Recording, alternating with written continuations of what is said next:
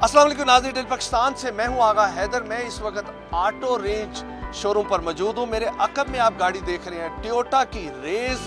2019 में ये गाड़ी जापान में लॉन्च हुई। बेसिकली ये मॉडल 2020 है और 21 में ये पाकिस्तान आया। 1000 सीसी है, टर्बो चार्ज इंजन है इसका। तो आइए इस गाड़ी के ऊपर बात करते हैं और इसके फीचर जानते हैं।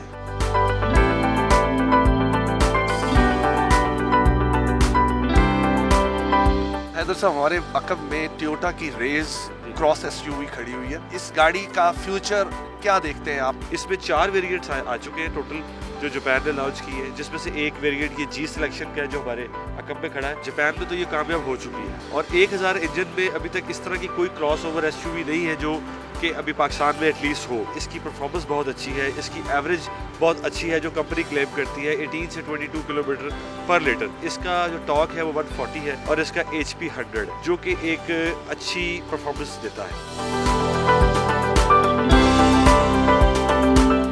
अगर हम इसके सस्पेंशन के ऊपर बात करें कि पाकिस्तानी रोड के मुताबिक क्या समझते हैं कि इतनी पावरफुल है? इसमें जो टायर साइज है वो 17 के अलॉय रिम के साथ उन्होंने इसको डिज़ाइन किया है। जैसे सुपर चार्ज गाड़ी आती है, ये टर्बो चार्ज इंजन के साथ है जिसकी परफॉर्मेंस हमारी रोड्स पे बहुत अच्छी है। और इसका 17 साइज जो अलॉय रिम है उसकी वजह से इसकी जो हाइट है वो एक अच्छा रोड क्लियरेंस का व्यू देती है। पाकिस्तान में इस वक्त बहुत सारी क्रॉस एसयूवीज बहुत सारी कंपनी ने लॉन्च किया हुआ है। क्या समझते हैं कि ये गाड़ी किसी के साथ मैच भी कर रही है? देखिए, हर गाड़ी का एक अपना कंफर्ट जोन होता है, एक अपनी रिलायबिलिटी होती है। वो 2000 सीसी में गाड़ियाँ लॉन्च हुई हुई है। ये 1000 सीसी के हिसाब से अपनी बॉडी के लिहाज से जो इसका अंदर का रूम है, इसकी जो सीट्स है वो इंतहाई कंफर्टेबल है।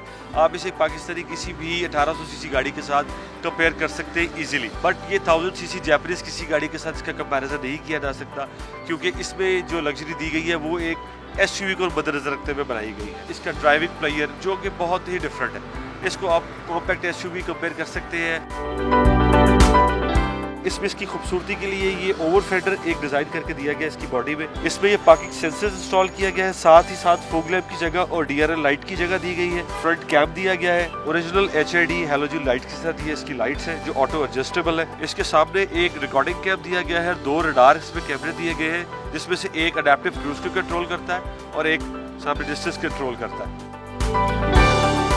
दोनों साइड मिरर्स पे इसके कैमरा दिया गया है जो साइड व्यू देते हैं आपको ड्राइविंग के टाइम पे और नेशनल पार्किंग के टाइम पे भी। 360 कैमरा इसमें इंस्टॉल्ड है। Anti theft security alarm system इसमें बिल्ट इन इंस्टॉल होता है। बैक लाइट्स LED लावा लाइट्स के हिसाब से डिजाइन की गई है स्ट्रेट लाइन में। बैक पे इसके पार्किंग सेंसर्स भी दिए गए हैं, साथ इसके एक रिफ्लेक्टर भी है, बम्पर्स भी इंस्टॉल्ड। रूफ पे इसके शार्क एंटेना दिया गया है, साथ इसकी एक बड़ी खूबसूरत ब्रेक लाइट दी गई है इसके स्पॉइलर में। देन इसके प्राइवेसी ग्लास आ जाते हैं, इसका बैक वाइपर आ जाता है जो ओरिजिनल है। देन इसकी बहुत खूबसूरत ग्रिल है जिसमें इसका बैक व्यू कैमरा दिया गया कंपनी फिटेड।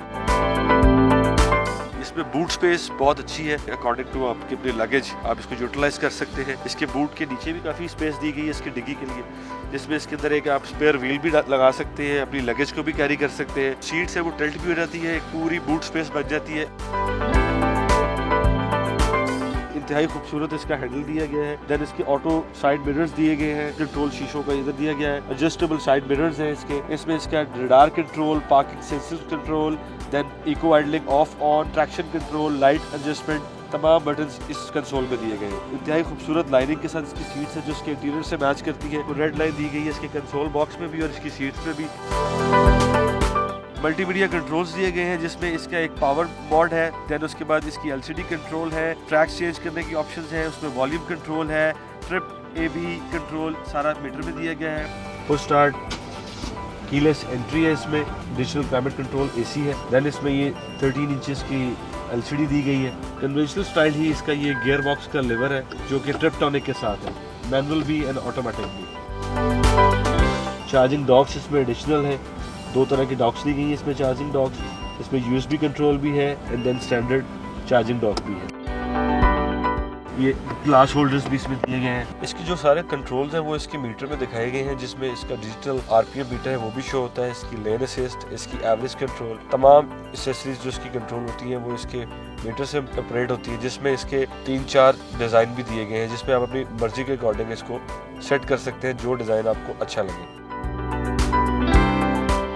सेफ्टी को मद्देनजर रखते हुए इसमें एयर बैग्स कितने दिए गए? 2 एयरबैग फ्रंट में है, 2 इसके कर्टन एयरबैग है और 2 इसके सीट बाय सीट एयरबैग दिए गए। इसकी प्राइस क्या है? 4.5 मिलियन से लेके 5.5 मिलियन तक है। अपने वेरिएंट पे, अपने कॉस्मेटिक्स के लिहाज से, अपनी कलर स्कीम के ऊपर, अपने पैकेज के ऊपर। इस प्राइस रेंज में जो लोकल मैन्युफैक्चर है वो इस लग्जरी की गाड़ी नहीं दे रहे। अगर हम इसको कंपेयर करेंगे तो यहाँ पे इस टाइम 6.2 मिलियन 6.5 मिलियन में क्रॉस एसयूवीज चल रही है। उससे कंपैरिजन में ये एक अच्छी इनोवेशन है जो मार्केट में आई है। डायट्सो मोटर कॉर्पोरेशन इसकी जो है वो मैन्युफैक्चर है जापान में, जो कि पाकिस्तान में बेसिकली इसकी एक पुरानी एसयूवी आती थी जिसको डायट्सो रॉकी के नाम से जाना जाता था।